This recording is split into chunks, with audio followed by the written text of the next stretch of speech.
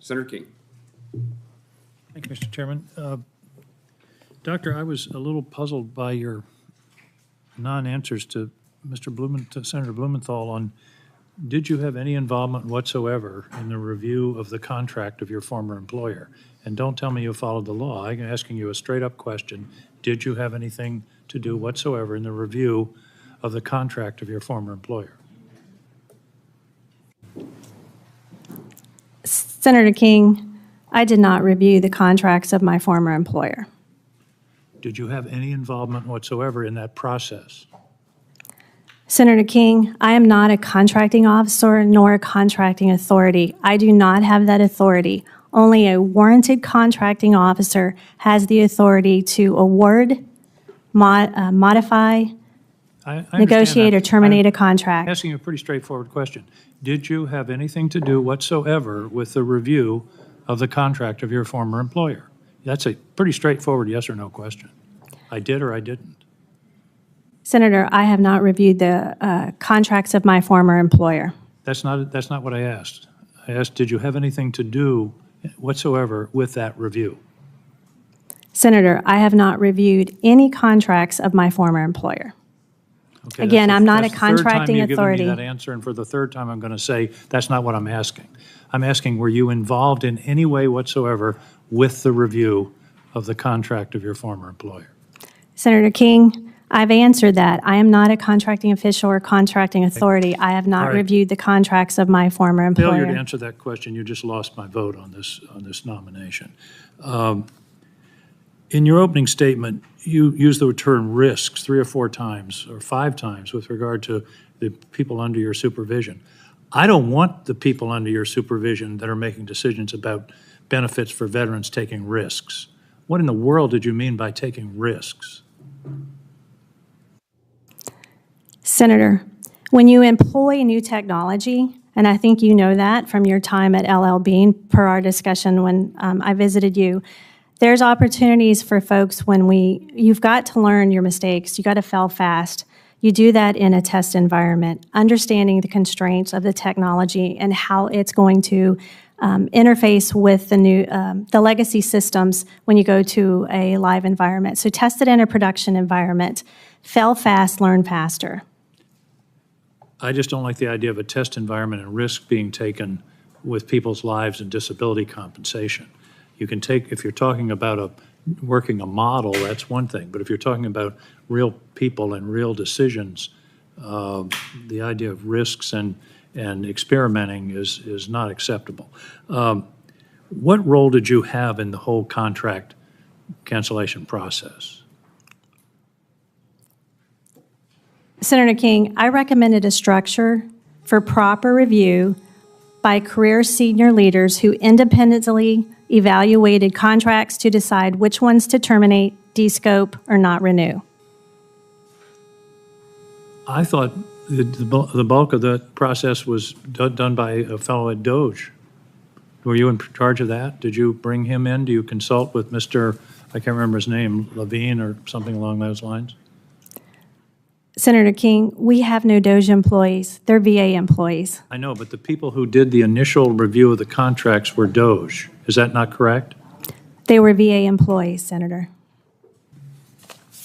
They were VA employees. Are you familiar with Sahil Lavinia, programmer enlisted by Doge, which was then run by Elon Musk, who worked at the VA and developed the software that evaluated the contracts? You're denying that he ever was involved in this process? Senator, I didn't say I denied he wasn't involved in the process, nor did I deny I know him. But what I'm clarifying for the record, they were VA employees. He was a VA employee when He was a doing VA that work? employee. He was a VA employee.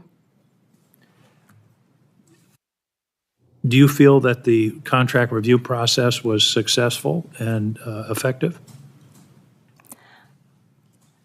Senator King, the contract review process has never been done before, but it did allow a lot of the senior leaders responsible, the career leaders responsible for their programs to be made aware of several of the duplicate contracts that they had under their oversight. Several thousands were canceled, wasn't it 16,000? There's been some dispute. The ranking member said 30-something. The number I've been using is 16,000. Isn't that the correct number? Canceled? No, Senator. The correct number as of today is about 2,500 out of about 76,000. We can certainly, that's a number we can check. And you, in your answer to the questions of the committee, you said the FY26 budget, this is direct quote, reflects no reduction in force, and yet I have the budget filing that says disability compensation minus 862 people. What am I missing? That sounds like a reduction in force to me. The budget of the administration for 2026 is 862 fewer people than were there the year before. Isn't that a reduction in force? No, Senator, and I'm not sure the document that you're referencing, but It's a VA document. It's general operating expenses, FTE by business line and management direction and support, subtotal. Disability compensation, minus 862 people. Senator King, I wasn't involved in any of the budget development, and I have not been involved in any of the VBA operations. Then why did you say the FY26 budget reflects no reduction in force? Because we haven't had a reduction in force, Senator. We had voluntary separation through VERA, VSIP, and DRP. If somebody leaves, isn't that a reduction in force? Not in, You have fewer people to process claims, right? 862 fewer according to the budget submitted by the administration. and those are voluntary separations. I understand that, but that's still 862 fewer people there to process claims. Senator, I can't say if 862 people is going to impact the claims processing, and if confirmed, I will do a full workforce assessment. Well, thank you. I have to say the contract cancellation process is one of the most disastrous I've ever seen in 25 years in this business. And to say that a person who was engaged in that will then become in charge of the Veterans Benefits Program, that's a lift for me. Thank you, Mr. Chairman. Senator Sullivan. Thank you, Mr. At a Senate Veterans Affairs Committee hearing before the congressional recess, Senator Angus King, Independent Maine, pressed Karen Brazell, President Trump's nominee for Undersecretary of Benefits at the Department of Veterans Affairs, over her role in reviewing contracts connected to her former employer. King repeatedly asked whether Brazell had any involvement whatsoever in that process, demanding a simple yes or no.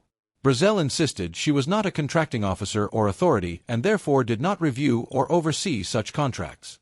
Her responses, which King viewed as evasive, prompted him to say she had lost his vote for confirmation.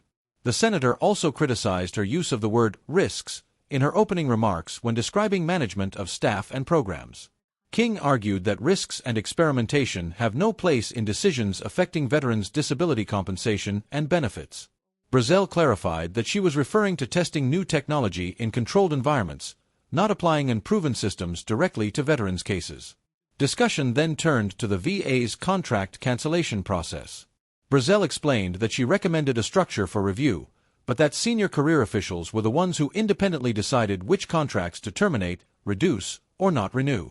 King pressed her on whether outside programmers, including Sahil Lavinia, previously associated with DoD and Elon Musk, had been involved. Brazell said Lavinia was employed by the VA at the time and did contribute to the work. The senator also challenged the accuracy of reported numbers. While some had cited figures as high as 16,000 or 30,000 canceled contracts, Brazell stated that about 2,500 contracts out of 76,000 were actually terminated. Tension rose further when King confronted Brazell about staffing levels in the FY26 budget. The nominee had stated there would be no reduction in force, but King cited VA budget documents showing 862 fewer positions in disability compensation. Brazell countered that these departures were voluntary separations rather than an official reduction in force. King argued that regardless of terminology, fewer staff meant fewer people available to process claims. In closing, King said the contract cancellation process had been one of the most disastrous he had seen in decades and expressed deep concern about elevating someone involved in it to lead the VA's benefits program. His sharp exchange with Brazell underscored the challenges her nomination faced.